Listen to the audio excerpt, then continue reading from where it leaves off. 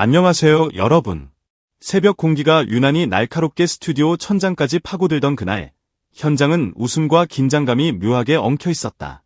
남자 인물 하나가 준비됐다는 말에 박수가 터지고, 누군가는 장난 섞인 표정으로 설마 무당을 부르는 건 아니지 하고 던졌지만, 그 말이 끝나기도 전에 분위기는 눈에 띄게 달라졌다. 점을 보는 사람이 첫 마디부터 신기가 보인다 라고 말하는 순간, 웃음은 잠깐 멈추고 사람들의 시선이 한 곳으로 꽂혔다.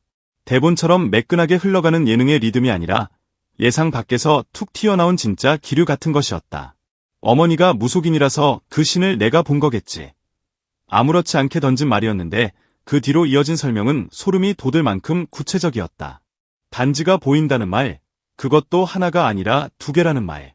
보통 하나라는 통념을 꺼내며 이 집은 안정되게 뭔가 조치를 해둔 게 보인다 라고 단정하자 스튜디오 여기저기서 숨을 삼키는 기척이 들렸다.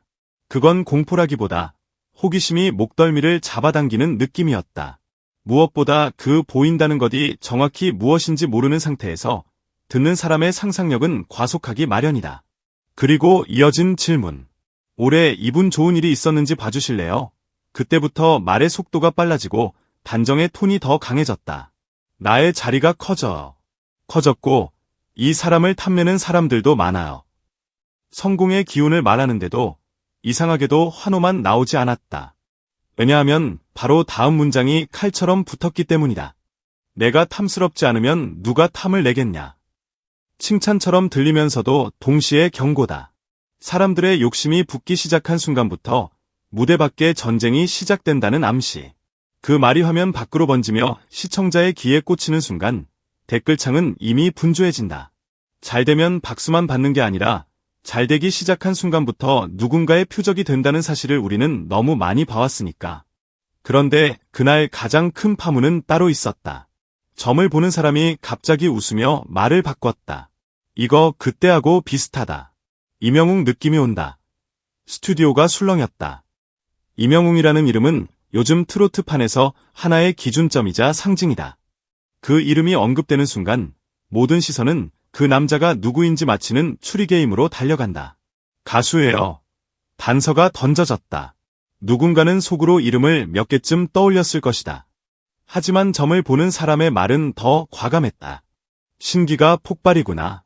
머리에서 발끝까지 신이 내려오는 격이야. 그냥 재능이 좋다는 정도가 아니다.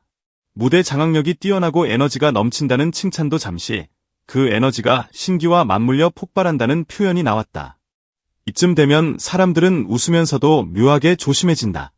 예능에서 흔히 나오는 리액션이 아니라 정말로 누군가의 인생과 운명을 재단하는 칼날 같은 말들이 연속으로 쏟아지기 때문이다. 그리고 마침내 정체가 밝혀졌다. 가수 영탁입니다. 그 순간 스튜디오는 한 번 더 터졌다. 놀라움과 웃음이 동시에 터져나왔다. 그 유명하신 분인가요? 이름 들어본 것 같긴 한데 일부러 모르는 척하는 듯한 리액션이 이어지고 곧바로 선아와 찐찐찐 같은 히트곡이 언급되자 분위기는 폭소로 기울었다. 점을 보던 사람은 자신 있게 말했다. 히트곡이 있다니까. 이 대목은 단순한 웃음 포인트 같지만 사실은 영탁이라는 이름이 가진 대중성의 증명처럼 들린다. 설명이 필요 없는 사람, 노래 한 소절만 던져도 모두가 반응하는 사람. 그는 이미 자기 노래를 가진 사람이라는 말이 그날 유난히 크게 울렸다. 그런데 진짜 문제, 아니 진짜 포인트는 그 다음이었다. 점을 보는 사람은 한껏 고개를 끄덕이며 운세도 나쁜 게 없다고 말해놓고 갑자기 속도를 낮췄다.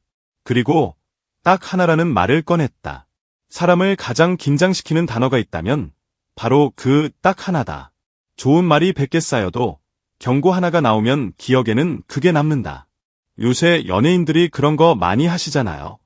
인터넷으로 올리고 소통하고 발언하고 이거 조금 조심해. 바로 그 경고가 터졌다.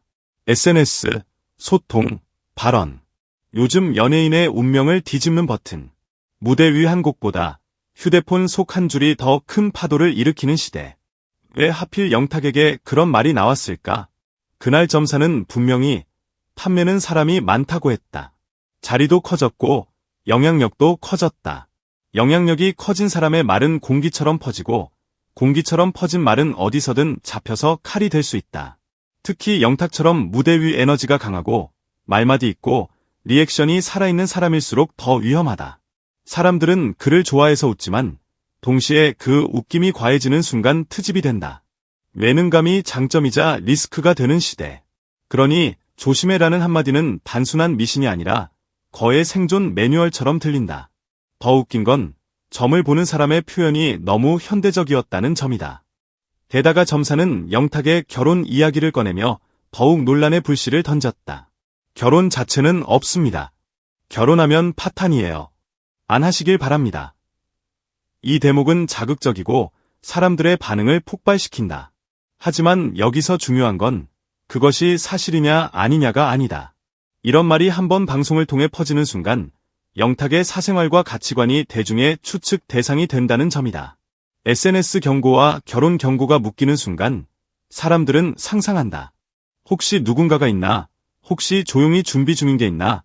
혹시 말실수 하나로 연애설이 터지나? 이런 추측은 근거가 없어도 잘 번진다. 그리고 바로 그 번짐이 SNS를 가장 위험한 무대로 만든다. 누가 묻지도 않았는데 스스로 해명하게 되고 해명은 또 다른 해석을 낳고 해석은 논란을 낳는다. 결국 SNS 조심은 그날 점사는 영탁을 돌고래에서 상어로 넘어가는 단계라고 표현했다. 웃기면서도 정확한 비유다. 돌고래는 영리하고 사랑받는다. 상어는 강하고 두렵다. 돌고래의 인기가 상어의 영향력으로 바뀌는 순간 주변의 시선도 바뀐다. 팬은 더 많아지고 안티도 생기고 경쟁도 거칠어진다. 그때 SNS는 칼집 없는 칼이 된다. 손에 쥐면 편하지만 미끄러지면 자기 손이 먼저 베인다.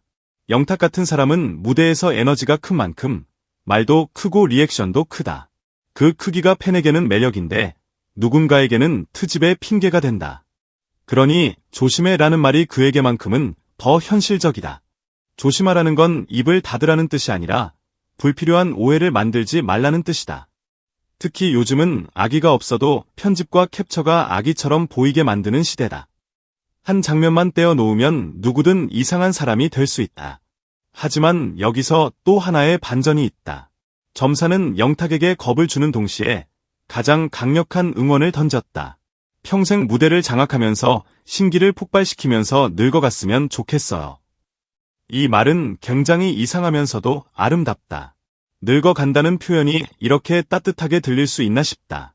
결국 경고의 목적은 겁주기가 아니라 오래 가라는 뜻이다. 단지 SNS를 조심하라는 말도 술자리를 조심하라는 말도 결론은 하나다. 지금의 빛이 짧은 불꽃이 아니라 오래 타는 별이 되라는 것. 영탁은 이미 히트곡이 있고 이미 자리를 키웠고 이미 사람들의 마음을 움직인다. 그러니 이제부터는 실력만큼이나 이미지의 관리가 중요해진다. 그래서 시청자들은 질문을 바꿔야 한다. 영탁에게 무슨 일이 생겼냐가 아니라 영탁이 무엇을 더 조심해야 오래 가느냐로. 점사는 이미 답을 줬다. SNS에서 불필요한 오해를 만들지 말 것, 술자리에서 실수의 여지를 만들지 말 것. 이 두 가지를 조심하면 나머지는 문제가 없다고 했다. 너무 단순해서 더 무섭고 너무 흔해서 더 현실적인 조언. 그렇다고 영탁이 침묵해야 한다는 뜻은 아니다.